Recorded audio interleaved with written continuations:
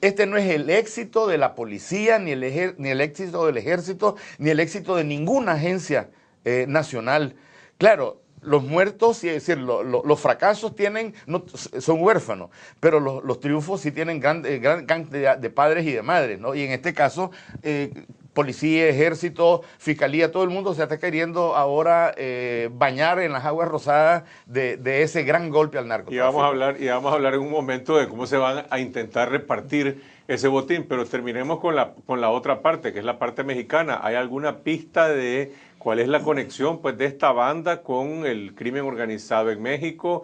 ¿Cómo valoran ustedes la forma en cómo ha sido manejado el caso en México? Con bastante discreción, es cierto, y algunos colegas mexicanos periodistas dicen es que aquí en México estamos desbordados de tantos problemas que hay, que ese pareciera que es uno más, pero bueno, usaron el nombre de Televisa y llama la atención que durante 2 años hayan estado circulando, pues, por Centroamérica estos equipos y estas personas usando y abusando del nombre de Televisa y no haya tenido eso ninguna consecuencia. Si me permitís una cosa, hace un par de años estuvo Kevin Whitaker del Departamento de Estado aquí en Nicaragua y daba unas declaraciones en las que decía que Nicaragua estaba bajando un poco la guardia en términos de incautación de drogas.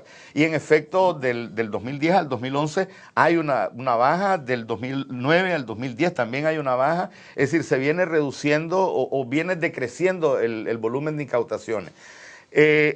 Yo, en primer lugar, ¿cuál es la explicación? La primera explicación, que no es la más lógica, es que está transitando menos droga, lo cual es absolutamente falso. La droga sigue circulando. Roberto ya estaba los datos de la cantidad de droga que se produce, la cantidad de droga que circula, y más bien la tendencia es creciente.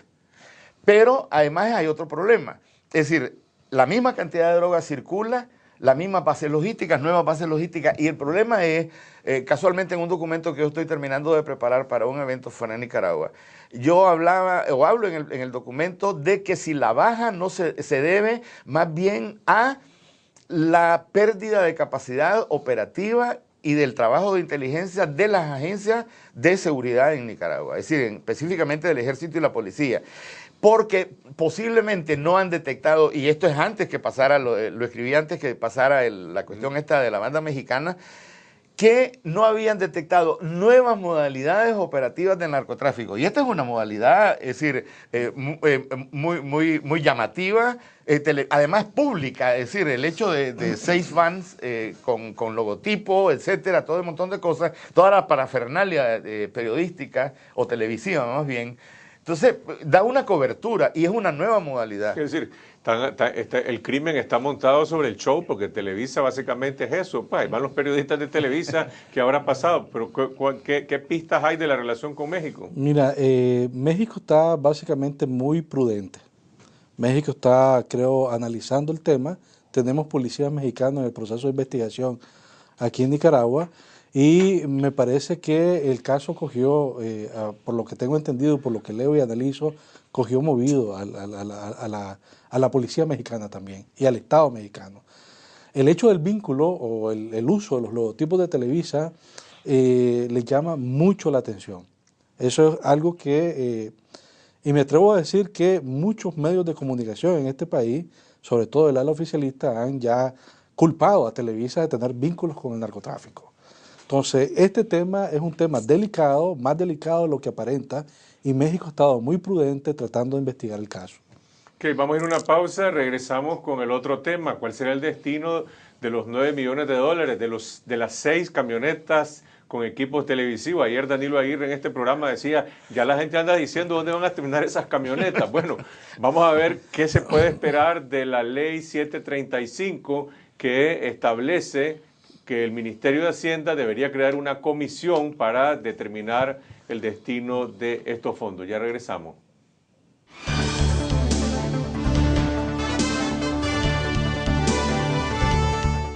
¿Está usted a favor o en contra del aborto terapéutico?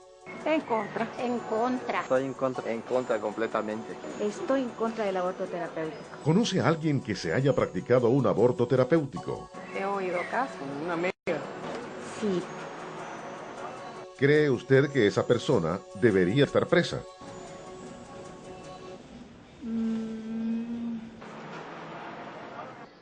Yo creo que, pues,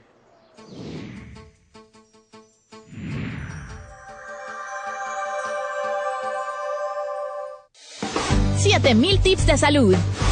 Tomar vitaminas, además de ser esenciales para tu cuerpo, aumentan tu energía. 1-800-7000, Farmacia Familiar.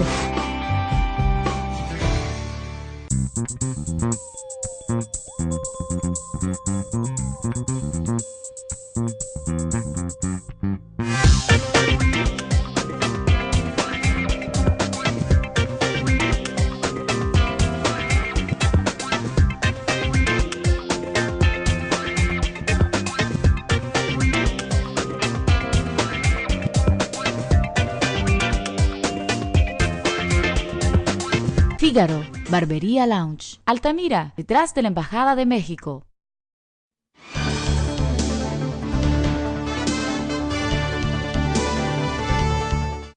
Continuamos en esta noche, estamos conversando con Roberto Cajina y Roberto Orozco a propósito de la captura en Managua de una banda mexicana que se disfrazaban como técnicos y trabajadores de Televisa, trasegando más de 9 millones de dólares. Esos 9 millones de dólares han sido depositados en una cuenta de la Corte Suprema de Justicia. Sin embargo, desde hace 2 años se aprobó una ley, la Ley 735, que tiene una descripción técnica bastante complicada, pero que popularmente pues, se le conoce como la ley para determinar el destino del botín capturado al narcotráfico y al crimen organizado. Ayer Danilo Aguirre en este programa decía no hay voluntad política para crear la comisión que debería, que le establece la ley para poder determinar cuál es el destino de estos fondos y de estos bienes. ¿Cuál es el problema de fondo, Roberto? Para comenzar, la ley es bastante buena, muy buena. Tiene algunos vacíos, pero que no le quitan la calidad de buena ley. El problema es que la ley no se aplica, la ley no se implementa. No se ha creado el Consejo Nacional contra el Crimen Organizado y, más grave todavía, no se ha creado la unidad administradora de los bienes incautados, confiscados o abandonados. La ley 735 establece clarísimamente que luego de 24 horas de una incautación, tiene que pasar, es decir, la fuerza pública tiene que pasar el dinero, lo incautado, a la unidad administradora de bienes, de manera provisional. Esta unidad distribuye, si son bienes inmuebles o lo que sea, ¿no? Pero en una cuenta que maneja la unidad, o que debería manejar la unidad si la unidad existiera. Luego, la sentencia firme de condena, por ejemplo, al acusado o los acusados, hace que esa distribución provisional pase a ser una distribución definitiva. Y la definitiva establece algunas maneras ahí, a diferencia de la 285, te recordás, Roberto, que establecía porcentaje entre 5 instituciones la distribución de los bienes incautados.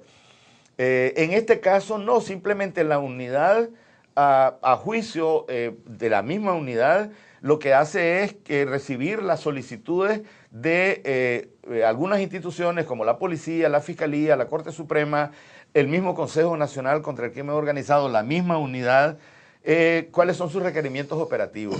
Y Perdón, pero Danilo Aguirre hablaba ayer de proyectos, es decir, que a esta unidad se le presentarían proyectos, yo supongo... Que ella debería elaborarlo, ¿ya? Estos proyectos, es decir, los fondos se utilizarían para financiar proyectos de investigación, digamos una base de datos alrededor de todo este tema de narcotráfico. Ahora, esta ley se creó precisamente para corregir un problema de desorden, de discrecionalidad y abuso que existió en los últimos 10 años con los bienes incautados. Se calcula que entre el 2004 y el 2010 la policía incautó más de 30 millones de dólares al crimen organizado. Parte de esa plata ha sido utilizada, dicen, incluso para los programas de retiro de los jueces. Hay otra parte que no se sabe para qué ha sido utilizada.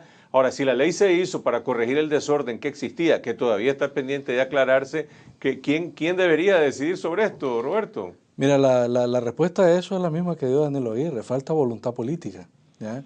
Porque quien tiene la obligación por ley de crear la unidad de administradora de bienes incautados es el Ejecutivo. Y el legislativo que se lava las manos diciendo, bueno, ya eso, nosotros ya promulgamos la ley, ya creamos la ley, ya no es un asunto nuestro. y al final todo el mundo termina tirándose la bola. El Ejecutivo tiene la responsabilidad por ley de crear la unidad. La unidad está adscrita al Ministerio de Hacienda y Crédito Público, aunque funciona autónomamente. El Ejecutivo tiene nombre y apellido, se llama Daniel Ortega, Rosario Murillo, le dan una orden al Ministerio de Hacienda, se le debieron haber dado hace 2 años crear esa unidad.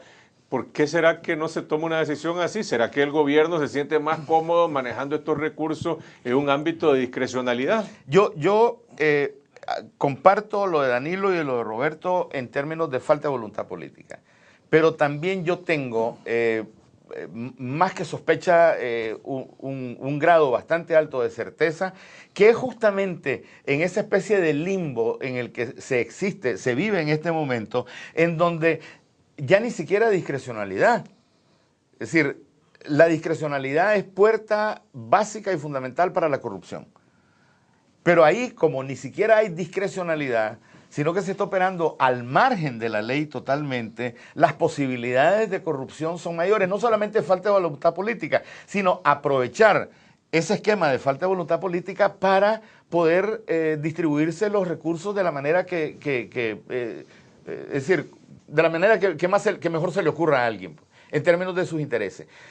Por ejemplo, yo escuchaba a un alto jerarca de la iglesia hablar de que la ley se debería reformar porque la salud y educación deberían estar priorizados en esa cosa. Pero si la ley se lee, entre las instituciones beneficiadas por la distribución de los bienes incautados, está el Ministerio de Salud y está el Ministerio de Educación, pero están en función de 2 elementos diferentes cada uno de ellos. El Ministerio de Educación en educación para la prevención y el Ministerio de Salud en rehabilitación a los adictos, a las adicciones. Ahora, Entonces, con el impacto que ha tenido este caso por la cantidad de recursos que están ahí, todo el mundo los vio, y yo lo comparo con el caso Fariña. En el caso Fariña se ha presentado también con una gran dimensión, es un problema regional, se asesinó a una gran personalidad pues, de la cultura, como el caso de Facundo Cabral, fue un hecho de violencia, hay 30 personas capturadas, pero no está claro dónde está la plata, el dinero que se lavó, la droga que dicen que trasegaron. Ahí están los $9 millones en las 6 camionetas. Ahora, ¿podrá el Estado, el gobierno, el Ejecutivo seguir manejando esto en esta situación de limbo o ustedes creen que en esta ocasión tendrían que tener una presión, yo no sé de dónde, para actuar de manera más clara, más transparente y crear esa unidad en este momento? Sí, mira, Carlos Fernando, yo te quiero decir una cosa con respecto a este tema. Todo el mundo está concentrado en que son 9.2 millones de dólares, porque son 9.2 millones en líquido que está ahí, pero realmente son 12 o un poquito más de 12 millones de dólares. ¿Por qué? Porque de acuerdo al precio en el mercado, cada Vans, cada móvil de televisora, tiene un precio mínimo entre 400.000 y 500.000 dólares. Entonces son 6, ahí nomás tenés 3 millones de dólares, que es un bien mueble. Sumado a los 9.2 millones te hacen 12.2 millones de dólares. Entonces, la totalidad es mucho más de lo que se está diciendo. Y esto está empezando. Uno puede suponer que la policía está investigando dónde está la droga en Costa Rica, en Nicaragua, dónde están otros depósitos y seguramente esto puede expandirse. Pero es lo que ha ocurrido siempre, es lo que ha ocurrido. La policía decomisa dinero, dólares, Córdoba, euros, moneda centroamericana, colombiana y mexicana.